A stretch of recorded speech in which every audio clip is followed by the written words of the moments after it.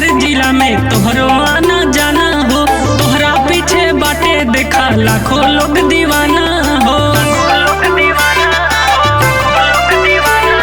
UP Bihar के हर जिला में तोहरो आना जाना हो। तोहरा पीछे बाटे देखा लाखों लोग दीवाना हो। लागे भीतर से खींचे हो, सटेलू जब लगीचे हो, ऊपर चाहे नीचे हो।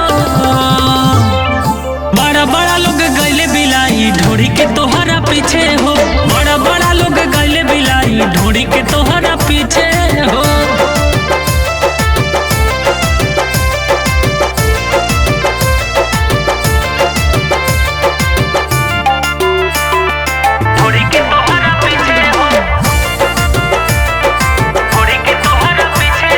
जेही देखे देखत रहे बाटे जवानी में जादू हो।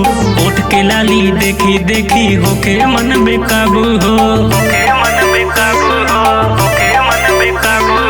जेही देखे देखत रहे बाटे जवानी में जादू हो। ओठ के लाली देखी देखी होके मन बेकाबू हो। जानू लोगन के बीचे हो, सबके हो तो ही खींचे हो, ऊपर हो चाहे नीचे हो। बड़ा बड़ा लोग गैले बिलाई ढोरी के तोहरा पीछे हो। बड़ा बड़ा लोग गैले बिलाई ढोरी के तोहरा पीछे हो।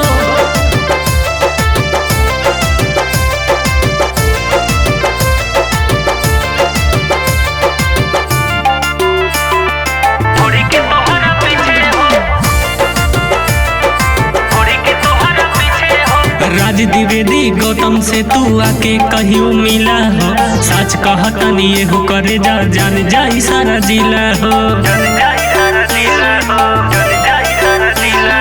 राज द्विवेदी गौतम से तू आके कहियो मिला हो। सच कहतनी ये हो करे जा जान जाई सारा जिला हो।